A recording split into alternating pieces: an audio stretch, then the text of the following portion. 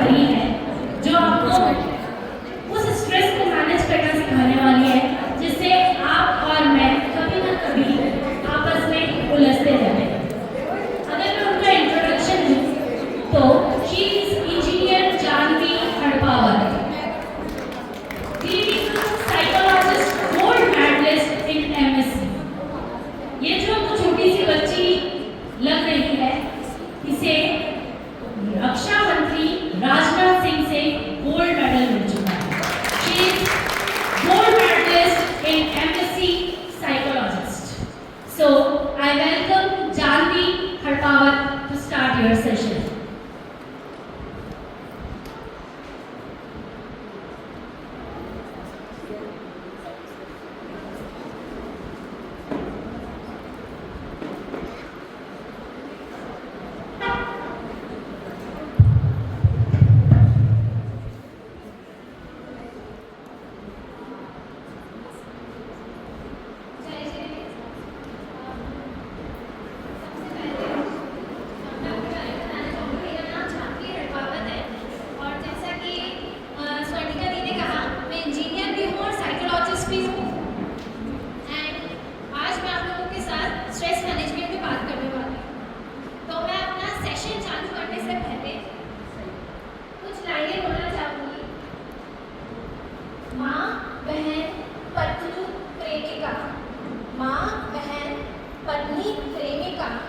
हर किरदार खूब निभाती हो, है नारी तुम सब कुछ मुमकिन कर सकती, है नारी तुम सब कुछ मुमकिन कर सकती।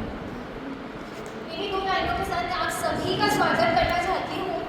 आप यहाँ पर आए, इतना कीमती समय निकाल के अपनी फैमिली को, बच्चों को, अपने काम को, सबको मैनेज करते हुए और इतने एक्साइटमेंट के साथ आपने जो इस सेशन में पार्टिसिपेट किया वो बहुत ही सराहनीय है। तो एक बार जोरदार तालियां अपने लिए। ओके, तो अब हम बात करेंगे स्ट्रेस मैनेजमेंट का। हमें बात करने तो उससे पहले हम जान लेते कि स्ट्रेस होता क्या है। स्ट्रेस हमारा नेचुरल ह्यूमन बॉडी रिस्पॉन्स है।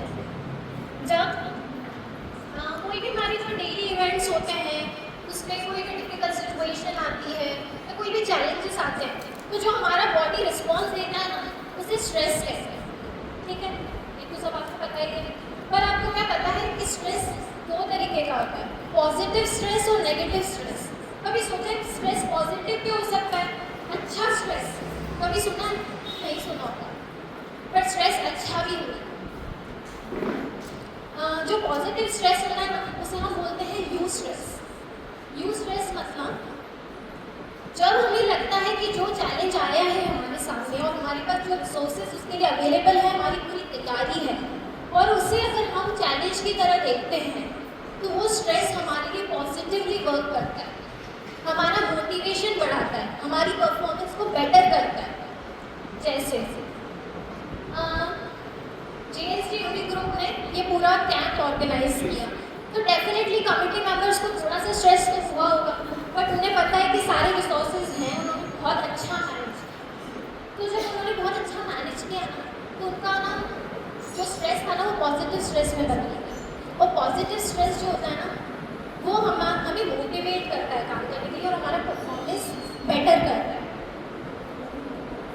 जब स्ट्रेस होता है ना तो हमारी बॉडी ना एक हार्मोन रिलीज करती है, एड्रेनल ग्लैंड है हमारी बॉडी में जो कि एड्रेनालिन करके हार्मोन रिलीज करता है। एड्रेनालिन हार्मोन जो होता है ना वो ना बहुत सारी हमें एनर्जी देता है, बहुत सारी एकदम सडन एनर्जी आ जाती है हमारे अंदर। ठीक है, और जैसे कि मान लीजिए अगर मैं आपको बोलूँगी कि यहाँ से 1 मीटर की दूरी तक आप दौड़ के जाइए, तो आप जिस स्पीड से दौड़ के जाएंगे ना, अगर वही मैं बोलूँ कि आपके पीछे कुत्ता बढ़ गया है रियल में, तो आपकी स्पीड 2 गुना बढ़ जाएगी। ऐसा क्यों हुआ? क्योंकि स्ट्रेस आया। स्ट्रेस आया तो बहुत सारा एड्रेनालिन रश हुआ हमारी बॉडी में, और जिसकी वजह से हमारी एनर्जी और बढ़ गई, परफॉर्मेंस बढ़ गई, है ना। तो ये पॉजिटिव स्ट्रेस है। तो है ना, अगर ऐसा होता कि कुत्ता हमारे पीछे भागता ही जा रहा है और हम तो बचे ही नहीं, तो फिर क्या होगा? भागते गए, एनर्जी खत्म, एग्जॉस्ट हो गए। बर्नआउट हो गए। तो जब हमारे पास रिसोर्सेज खत्म हो जाते हैं तो उसे कहते हैं नेगेटिव स्ट्रेस, डिस्ट्रेस। डिस्ट्रेस वो होता है कि जब हमारे पास जो चैलेंज आया है लाइफ में और हमें पता है हम उसे डील नहीं कर पाएंगे और हमारे पास रिसोर्सेज नहीं है, तो वो डिस्ट्रेस में बदल जाता है, जो कि हमें नुकसान करता है और हमारी बॉडी में एक हार्मोन रिलीज करता है जिसे कॉर्टिसोल कहते हैं, जो कि स्ट्रेस हार्मोन है, ठीक है, जो कि हमें बहुत नुकसान करता है।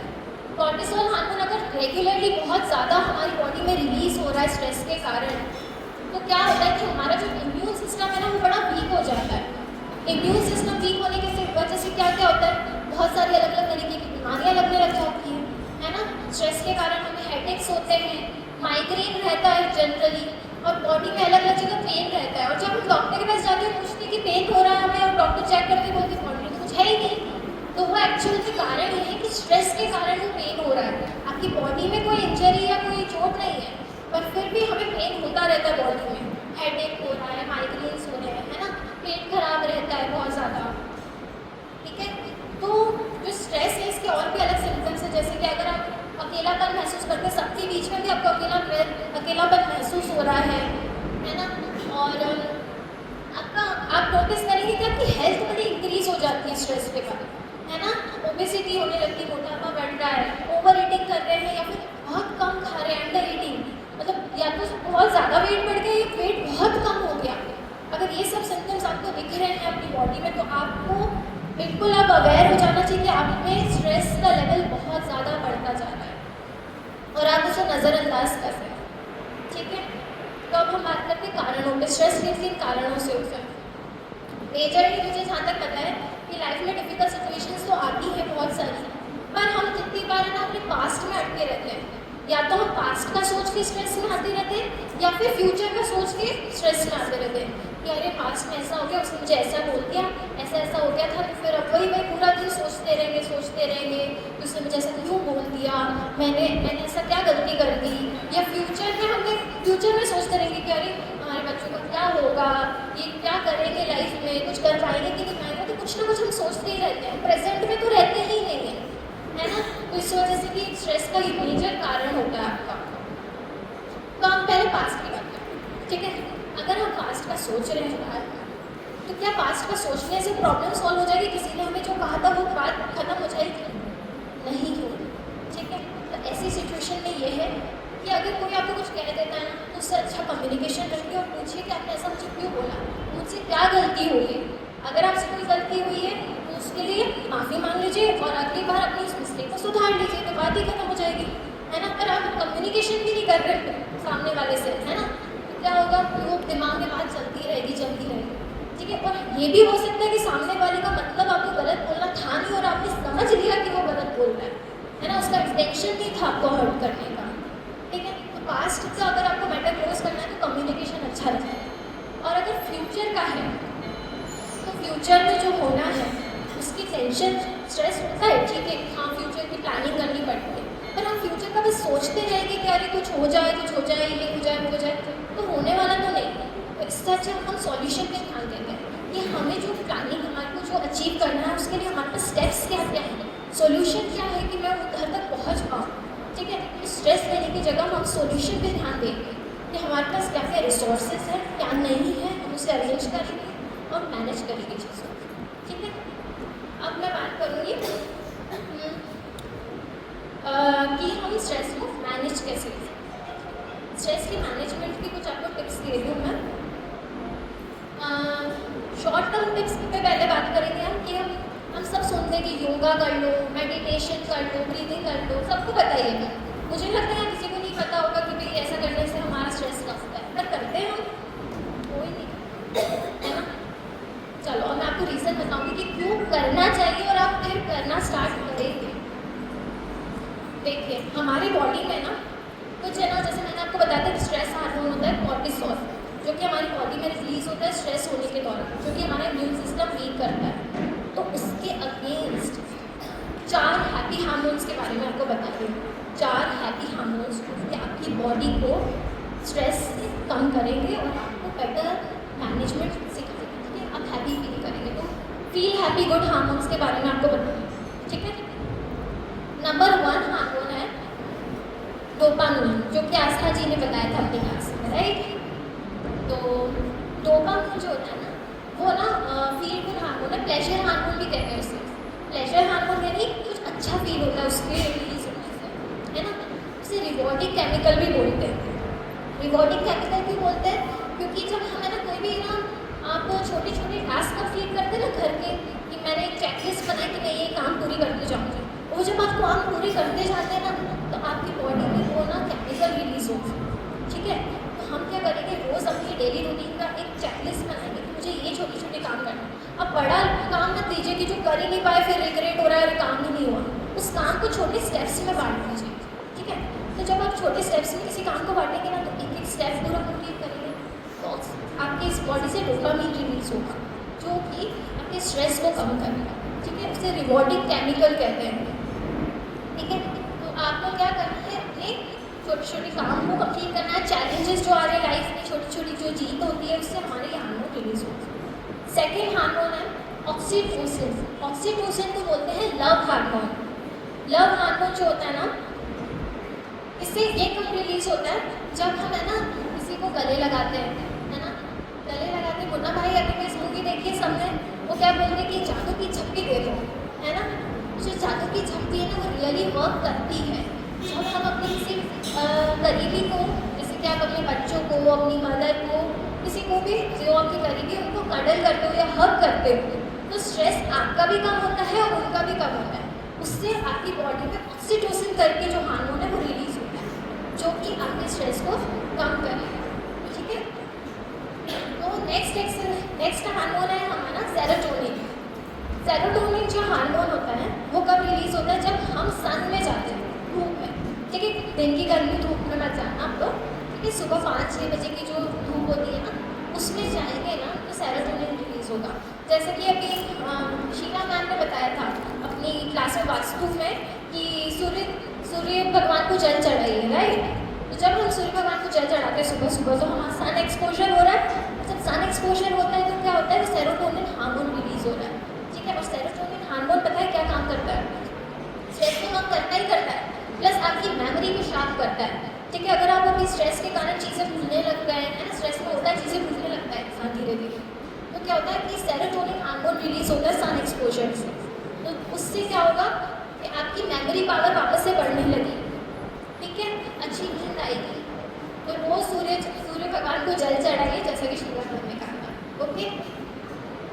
नेक्स्ट, हाँ, योगा भी करिए, मेडिटेशन भी कीजिए सुबह सुबह।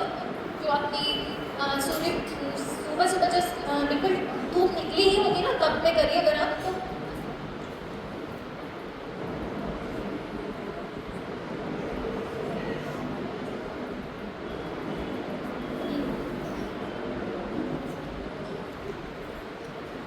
नेक्स्ट हार्मोन की बात करेंगे हम, एंडोर्फिन।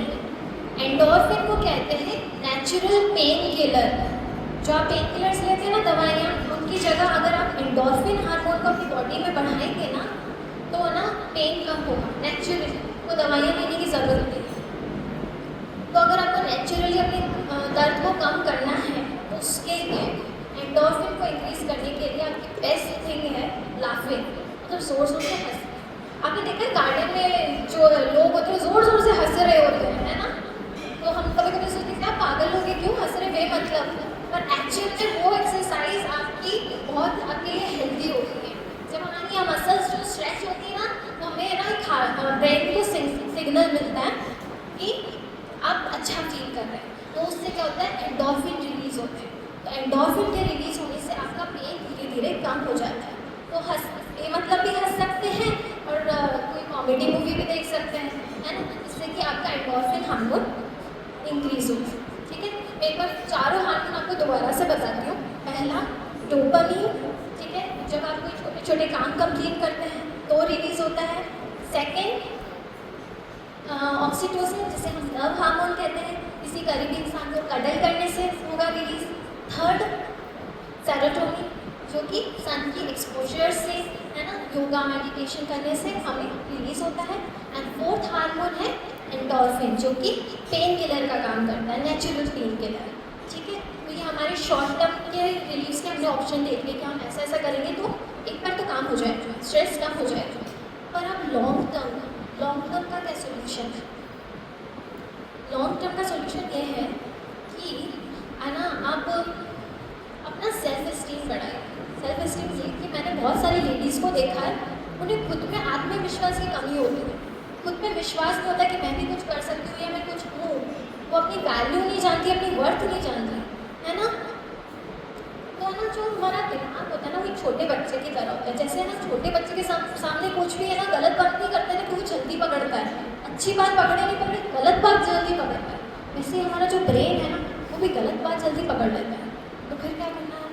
अच्छी बातें बोलनी है खुद से, है ना, कि मैं ये कर सकती हूँ, मैं काबिल इंसान हूँ, और कोई भी चैलेंज आएगा तो मैं फेस कर लूँ। सक्सेस हुई तो बहुत अच्छा, फेलियर हुआ तो कुछ सीख के ही जाऊँगी मैं। हाँ, चलो हमने बात करी थी कि एंडोर्फिन हार्मोन से, सेरोटोनिन से और सन एक्सपोजर होता है, और एंडोर्फिन से हंसने से हमारा एंडोर्फिन रिलीज होता है। तो क्यों ना एक बार जोरदार हंसिए और अपना एंडोर्फिन इंक्रीज कर लें। हंसना है जोर जोर से, एक बार और जोर से। अब रिलीज हुआ एंडोर्फिन। हाँ, एक बार हाथ ऊपर करके जोरदार हंस लीजिए।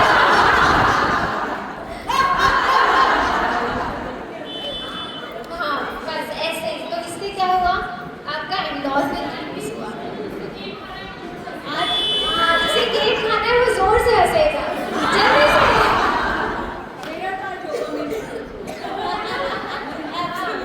आपने अपना काम, आपका सेशन होगा, उसके बाद आपकी डोपामिन जरूर से रिलीज होगा। यस, आप लोगों का भी होगा, क्योंकि आप एक एक सेशन सीखने जा रहे हो। आप लोगों ने वो सबने क्या बनाया था ना ग्रुप में, मैंने देखा सबने जो भी सीखा वो घर पे बनाते हैं, आप फोटोज दे रहे चॉकलेट्स, खमन सब बनाया।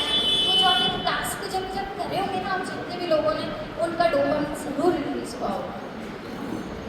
ठीक है, नेक्स्ट हम बात करेंगे लॉन्ग टर्म रिलीफ की। हम बात कर रहे थे कि अपना सेल्फ एस्टीम बढ़ाइए, यानी अपनी वैल्यू को जानिए, अपनी वर्थ को जानिए, और अपने ब्रेन से पॉजिटिव बातें करिए। ठीक है, पॉजिटिव टॉक बहुत इंपॉर्टेंट है। हमें दुनिया तो वैसे ही गिराने के लिए बैठी है, पर अगर हम खुद भी अपने आप को गिरा देंगे तो फिर क्या, है ना। तो खुद को तो कम से कम खुद का साथ निभाएं, हम खुद को प्रेरणा दें, खुद को उत्साहित करें, खुद को मोटिवेट करें कि नहीं, मैं कर सकती हूँ, कर लूँगी, और कुछ ना कुछ अच्छा ही करके बताऊँगी, है ना।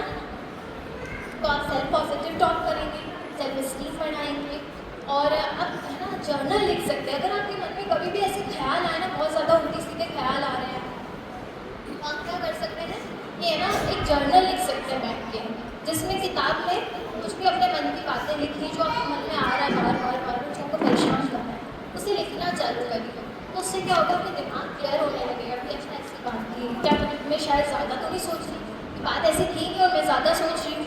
धीरे धीरे चीज़ें क्लियर होने लगेंगी दिमाग में। ठीक है, आप जर्नल लिख सकती हैं, और सबसे अच्छा काम होता है ग्रेटिट्यूड शो करना। ग्रेटिट्यूड शो करना मतलब कि जैसे भगवान ने हमें बहुत सारी ब्लेसिंग्स दी, पर हमारा ध्यान किस पे जाता है? जो हमारे पास नहीं है ना, हमारा ध्यान उसमें नहीं जाता जो हमारे पास अच्छा है। हम उसको तो देखना ही भूल जाते हैं कि हमारे पास क्या क्या अच्छी चीज़ें भगवान ने दी हैं, पर जो नहीं होता बस उसी के बारे में सोचते हैं कि ये तो मेरे पास है ही नहीं, ये तो हुआ ही नहीं। तो ग्रेटिट्यूड शो कीजिए रोज़ रात को सोने से पहले, भगवान का थैंक यू बोलिए कि आपके पास जो 5 अच्छी चीज़ें हैं उनके रोज़ याद करिए कि आज मेरे साथ क्या अच्छा हुआ, मैंने क्या क्या किया, मैंने क्या अचीव करा, है ना। तो पॉजिटिव चीज़ों पर जब आप ध्यान देना चालू करेंगे ना, तो आपको पता चलेगा लाइफ इतनी मुश्किल भी नहीं है यार, अच्छी दी है भगवान। ठीक है, तो पॉजिटिव थॉट्स आने लगेंगे ना, तो अपने आप आपके आसपास ना पॉजिटिव चीज़ें होने लगेंगी। एंड मैं रियलिटी कह रही हूँ कि मैंने खुद ने ये चीज़ फेस करी। मैं जब नेगेटिव थॉट्स बहुत रखती थी ना, तो मेरे साथ नेगेटिव चीज़ें हो रही थी, और मैं हर चीज़ नेगेटिव ही देख रही थी। पर जब से मैंने अपनी इस चीज़ को बदला है ना, मैं पॉजिटिव देखना स्टार्ट कर दिया, मेरे साथ हर चीज़ पॉजिटिव हुई है। और अगर मेरे से कुछ कभी लगता है कि ये थोड़ा गलत हुआ है, तो मैंने उसमें भी पॉजिटिव देखना चालू किया कि इस गलत होने में मेरा क्या फ़ायदा हुआ, कि कोई मुझे अपॉर्चुनिटी नहीं मिली तो उससे मेरा क्या फ़ायदा हुआ। और ऐसे सच में मैंने जब देखना चालू किया ना, तो मुझे बहुत ब्लेस्ड फील हुआ कि भगवान ने सच में में मुझे बहुत अच्छी लाइफ दी। तो यही आपको भी करना है, ग्रैटिट्यूड फील करना है, ठीक है। अपनी आप सारी टेंशन धीरे धीरे खत्म करनी है, ठीक है। अब मैं आप सबसे कुछ क्वेरीज लेना चाहूँगी, जिनको भी कोई भी सवाल है, ऐसे साइकोलॉजिस्ट में अगर आपकी हेल्प कर सकती हूँ, कुछ भी पूछना है तो आप पूछ सकते हैं। ओवर थिंकिंग बहुत, मतलब मुझे लगता है ओवर थिंकिंग आई थिंक यहाँ पे मैक्सिमम लोग का, मैक्सिमम लोगों का होगा over thinking, right. Over thinking पता है क्या चीज़ है? ओवर थिंकिंग मतलब जैसे हमारा पेट खराब होता है ना, तो कैसा फील होता है, वैसे ही है ना हमारा जब दिमाग थोड़ा सा खराब चल रहा होता है ना, तो ये ओवर थिंकिंग है ना। इसमें क्या होता है कि ना एक नेगेटिव थॉट आया दिमाग, उसके बाद नेगेटिव थॉट्स ही भरमार आती जाएगी, ऐसा ही होता है। एक चीज़ नेगेटिव सोचो, उसके बाद बैक टू बैक नेगेटिव ही सोचते जा रहे है ना।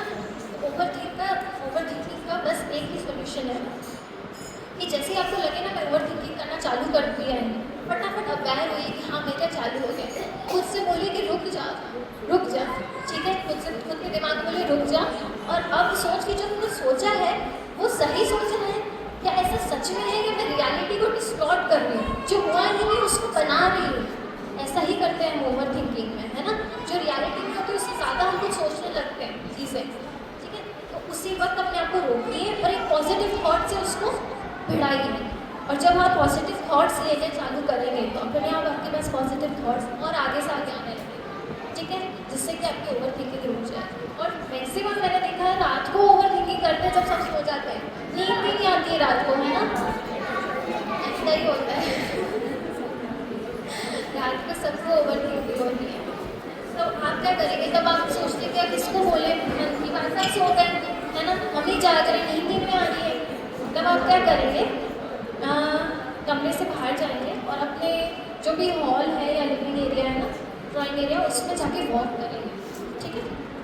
वॉक करने से क्या होता है कि हमारा ब्रेन में एक ऑर्गन होता है अमिगडाला करके, जो कि क्या करता है, हमारे इमोशंस को प्रोसेस करता है, ठीक है। तो इमोशंस को जो प्रोसेस कर रहा है, तो क्या होता है कि हमें बहुत सारे इमोशंस फील हो रहे होते हैं, हमें दुख हो रहा होता है, दर्द हो रहा होता है ना।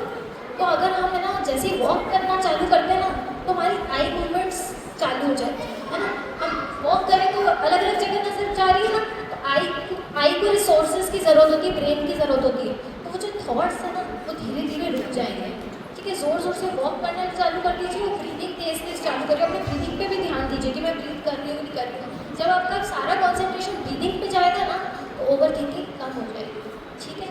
रोज़ रात को क्या करिए, जब भी आपको लगे नींद नहीं आ रही, वॉक करिए, अपने आप थकान से नींद आ जाएगी, ठीक है। और अपने नेगेटिव थॉट्स को पॉजिटिव थॉट से क्लैश कर रही है, ठीक है। जैसे ही नेगेटिव थॉट है, खुद से कहिए बस अब रुक जा, बस हो गया, इतना परेशान नहीं करने दूंगी खुद को, ठीक है। और पॉजिटिव थॉट खाइए, अपने आप को, अपनी वैल्यू को, अपने आप को मोटिवेट करिए और अच्छी नींद लीजिए, ठीक है। और कोई क्वेरीज वगैरह है, what I started doing is जो जर्नलिंग हम लोग ना, एक सिंपल पीस ऑफ पेपर लेके लिखना शुरू, उससे मुझे हेल्प बहुत मिली, नींद भी आने लगी उसके साथ। But is this the right thing that I mean I am not sure as a psychologist.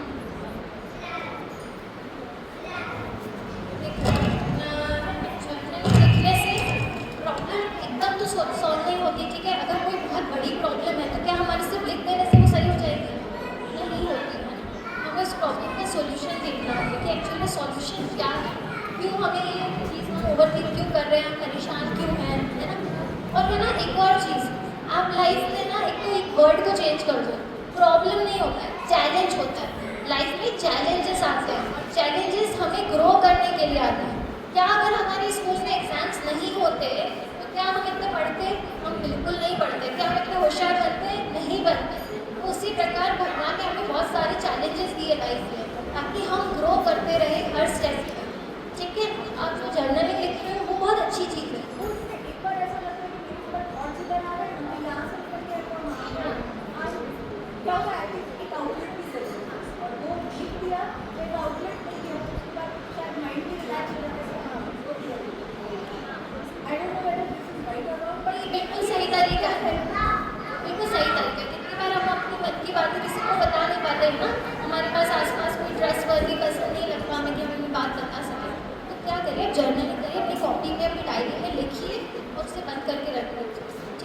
बहुत हल्का महसूस करेंगे कि हाँ चलो मैंने जो भी था मैंने लिख दिया, ठीक है। और जो भी आपके इश्यूज़ है जिसकी वजह से आप परेशान चल रहे हैं उसके सोल्यूशन पे ध्यान दीजिए। अगर आपसे खुद से होता है तो ठीक है, तो किसी सोशल सपोर्ट लीजिए, ठीक है, अपने फ्रेंड से, जो आपके क्लोज वन से आपको लगता है कि मुझे हेल्प कर सकते हैं उनकी हेल्प लीजिए। और अगर आपके पास कोई नहीं है तो प्रोफेशनल हेल्प लीजिए। प्रोफेशनल हेल्प मतलब किसी आप साइकोलॉजिस्ट से काउंसलिंग करा सकते हैं। और एक और, साइकोलॉजिस्ट मेंटल डॉक्टर नहीं होता, भागों का डॉक्टर नहीं होता है, ठीक है। हम आज जैसे नॉर्मल पर्सन अपनी डेली लाइफ के जो प्रॉब्लम्स होते हैं ना उनके लिए हम काउंसलिंग कर सकते हैं साइकोलॉजिस्ट के पास, ठीक है। तो मेंटल डॉक्टर समझ मत लीजिए, पागल का डॉक्टर नहीं है। और आप पागल नहीं है, नॉर्मली हम सब लोग ओवर थिंकिंग भी करते हैं, स्ट्रेस भी बहुत ज़्यादा होता है, तो कभी कभी नेगेटिव थॉट्स भी आते हैं, सब नॉर्मल ह्यूमन बीइंग है, ठीक है। तो अगर आपके आसपास कोई डिप्रेस दिखे, किसी को एंजाइटी हो, तो प्लीज़ उसका मजाक भी ना बनाएं, क्योंकि आप उसकी लाइफ सिचुएशन नहीं जानते, है ना। तो किसी को जज करना भी सही नहीं है, ठीक है। और आप भी किसी का सोशल सपोर्ट बनिए, ठीक है। अगर आपको कोई अपने मन की बात बता रहा है तो आप उसके लिए ट्रस्टवर्दी पर्सन बनिए, ठीक है। आप एक सही एडवाइस दीजिए। अगर नहीं हो रहा है, कोई आपके पास नहीं है, तो फिर आप प्रोफेशनल हेल्प ज़रूर लीजिए कि आपकी किसी के पास जाने से आपकी हेल्प नहीं हो पाती है, सिचुएशन शायद ज़्यादा बिगड़ रही है, तो आप प्रोफेशनल हेल्प ले सकते हैं, ठीक है। और किसी का क्वेश्चन? मेरे बेटे को बहुत एंजाइटी रहती है, तो उसको रिलीज करने के लिए एंजाइटी का मतलब होता है कि हमारी हार्ट बीट बहुत तेज़ हो जाती है, ब्रीदिंग रेट बहुत फास्ट हो जाती है और हार्ट शिवर करने लगता है बहुत ज़्यादा। ऐसे ही होता है, हार्ट शिवर वगैरह करते हैं, बस घबराहट रहती है। बढ़ता जाता है बहुत ज़्यादा। स्ट्रेस का होता है, उससे एंजाइटी कब होती है? पढ़ते वक्त होती है ना। तो ना अच्छा, उसको कौन सी पर्टिकुलर सब्जेक्ट में होती है, कोई भी पढ़ाई करा तो उसको स्पेशली मैथ्स में ज़्यादा मैथ्स में होता है ना, तो उसके लिए आप मैथ्स का टीचर बनेंगे सबसे पहले। जब कोई अच्छा मैथ्स का टीचर मिल जाएगा तो उस बच्चे को अपने मैथ्स से प्यार हो जाएगा। कितनी बार हम जिस सब्जेक्ट से सबसे ज़्यादा नफरत करते हैं ना, वो इसलिए करते हैं क्योंकि उसका जो टीचर है ना उसने हमें समझ में नहीं आना, ठीक है। तो अपने बच्चों का जो टीचर है वो बदलिए उस पर्टिकुलर सब्जेक्ट के लिए, उन्हें एंजाइटी भी खत्म हो जाती है, ठीक है। और एंजाइटी वैसे वो एक नॉर्मल घबराहट है, एंजाइटी बहुत एक थोड़ा बड़ा शब्द हो जाता है। इसमें क्या होता है कि बहुत ज़्यादा घबराहट होती है, हाथ शिवर करने लगते हैं। मैं एक एग्जाम्पल देना चाहूँगी। मेरी एक स्टूडेंट है, मैं उसको कल क्लास दे रही थी, तो she is in 12th class, ठीक है। और है ना उसका हाथ शिवर कर रहा था, 4-5 दिन से मैं नोटिस कर रही थी, ठीक है। उससे मैंने पूछा कि क्या हो गया, कुछ बात है, वो नहीं बता पा रही थी। काफ़ी दिनों तो उसने नहीं बताया। फिर 4th-5th डे जब मैंने वापस पूछा ना, कुछ तो बात है, क्योंकि हाथ शिवर कर रहा है और मैं जब बोल रही हूँ तब आप एब्सेंट माइंडेड हो, ठीक है। तो उसने फिर अपने मन की सारी बातें बताई, ठीक है। And she was in really very distress situation, ठीक है। उसका सिचुएशन सच में बहुत सीरियस था। एंड जब उसने अपने पेरेंट्स को ये बात बताई ना, तो पेरेंट्स कहते हैं कोई नहीं, होता है स्ट्रेस थोड़ा बहुत। एक आएगा स्ट्रेस, हमारी लाइफ देखो, हमें इतना बड़ा स्ट्रेस है, तो मैं अभी से कहाँ से स्ट्रेस होने लगती है। बट एक्चुअली वो बच्चों को भी स्ट्रेस होता है, ठीक है। और उसने कहा कि मुझे किसी साइकोलॉजिस्ट को दिखाइए, तो उसके पेरेंट्स ने डर्मेटोलॉजिस्ट को दिखाया। तो डर्मेटोलॉजिस्ट कहते हैं कि अच्छा कितने महीने से हो रहा है? 2 महीने से, 1.5 महीना और देखिए अभी तो, फिर देखेंगे क्या होता है। डर्मेटोलॉजिस्ट स्किन का डॉक्टर होता है, ठीक है। तो ऐसा नहीं है, बच्चे की कंडीशन बिगड़ सकती है, वो कोई गलत स्टेप भी ले सकता है। तो प्लीज़ अगर आपके बच्चों को ऐसी हेल्प की ज़रूरत है तो उन्हें हेल्प दिलाइए। कितनी बार हम पेरेंट्स उनसे डायरेक्टली बात नहीं कर पाते और बच्चे हमारे साथ खुल के बात नहीं कर पाते, तो उन्हें प्रोफेशनल हेल्प की ज़रूरत होती है जो उन्हें समझे और उनकी प्रॉब्लम को ट्रीट कर पाए, ठीक है। उनकी प्रॉब्लम भी सीरियस होती है तो उनको भी थोड़ा हम रिस्पेक्ट से और उनकी बात को समझने की कोशिश करें, ठीक है।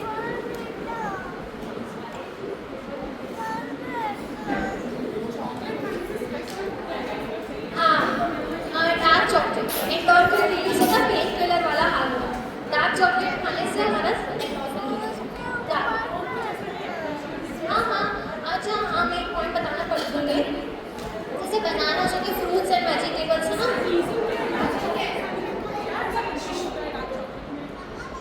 डार्क चॉकलेट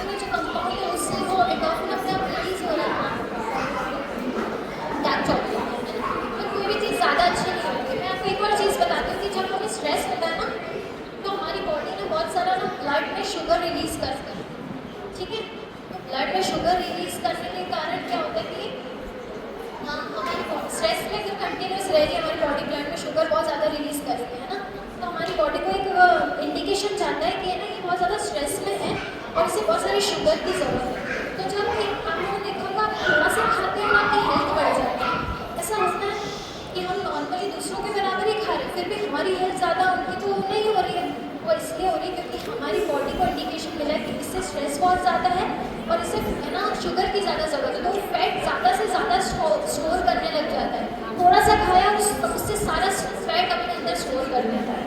ठीक है, इसके लिए क्या करेंगे आप लोग अपने स्ट्रेस को कम कीजिए तो हमारी बॉडी में जो ब्लड का शुगर लेवल है वो कम होगा और जो डायबिटीज़ है ना थायराइड वगैरह की प्रॉब्लम मेंस्ट्रुअल प्रॉब्लम्स जो रहती है फीमेल्स को ये सब अपने आप कम हो जाएगा। ठीक है, और कोई सवाल और किसी का कोई सवाल नहीं है? बस गुस्सा बहुत आता है।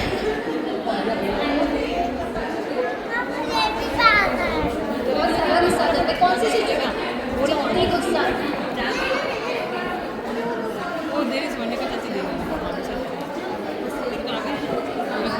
गुस्सा बहुत ज़्यादा है क्योंकि हमारा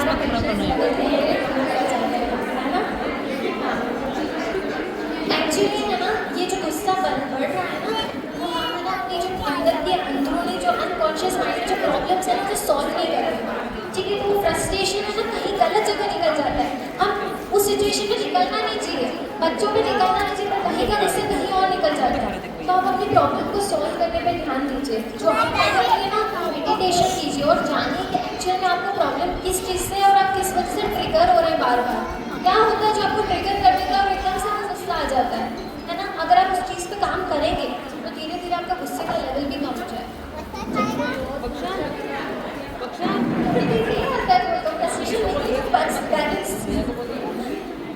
नींद नहीं आती है ना, कॉमन प्रॉब्लम। खराब मत करना।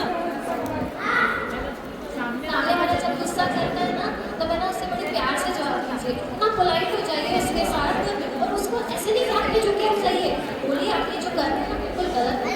ठीक है, उसे कंफर्म करिए बट अपना टोन कम नहीं करें क्योंकि अगर आपका टोन कम है ना तो उसको 2 मिनट बाद रियलाइज हो जाएगा और यार मैंने बड़ा गुस्सा कर दिया, मैंने गलती तो की। और अगर आपने भी टोन बढ़ा दिया ना तो फिर आपके भी घर के दिखेगी कि आप भी चेक करते हैं और है ना उसने क्या किया किस बात पे गुस्सा है वो बात तो भूल जाएंगे सब, आपने जो रिएक्शन दिया वो सब याद रखेंगे, है ना। तो आप उस चीज़ का कि अपने टोन को थोड़ा पोलाइटली रखिए, कन्फ्रंट जरूर करिए, किसी का गलत सहन नहीं करना है, कन्फ्रंट कीजिए बट पोलाइट करेंगे।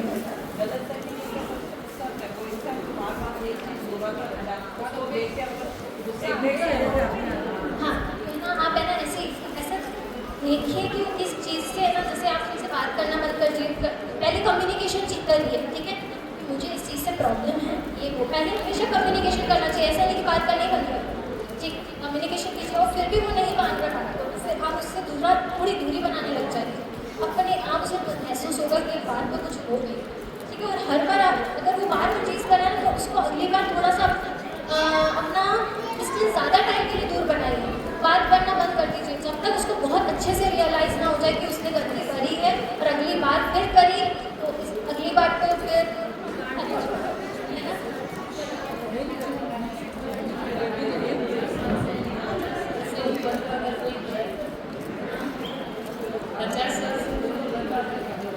स्वभाव हो गया कि गुस्सा करें तो अगर जैसे अपने पेरेंट्स हैं तो हम उनके कैसे बात करें।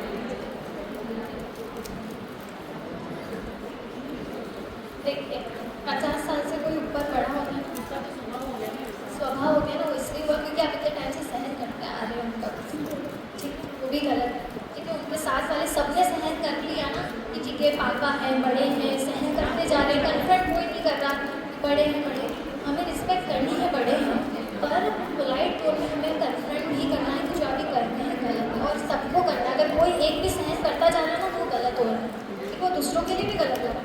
ठीक है, उन्हें प्यार से बैठ के कन्फ्रंट कीजिए कि पापा ये बात है या मम्मी जो भी आपके हैं दादाजी दादी जो भी गुस्सा ज़्यादा कर रहे हैं इस बारे में बात कीजिए।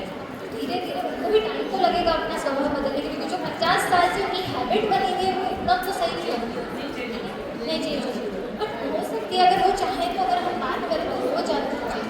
ठीक है, अगर मन में अंदर से होता है कि मुझे चेंज करना है तो करेगा।